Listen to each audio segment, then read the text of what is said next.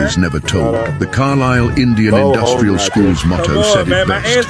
Kill the Indian, save the man. This wasn't education, it was cultural genocide. The scars of these schools still run deep.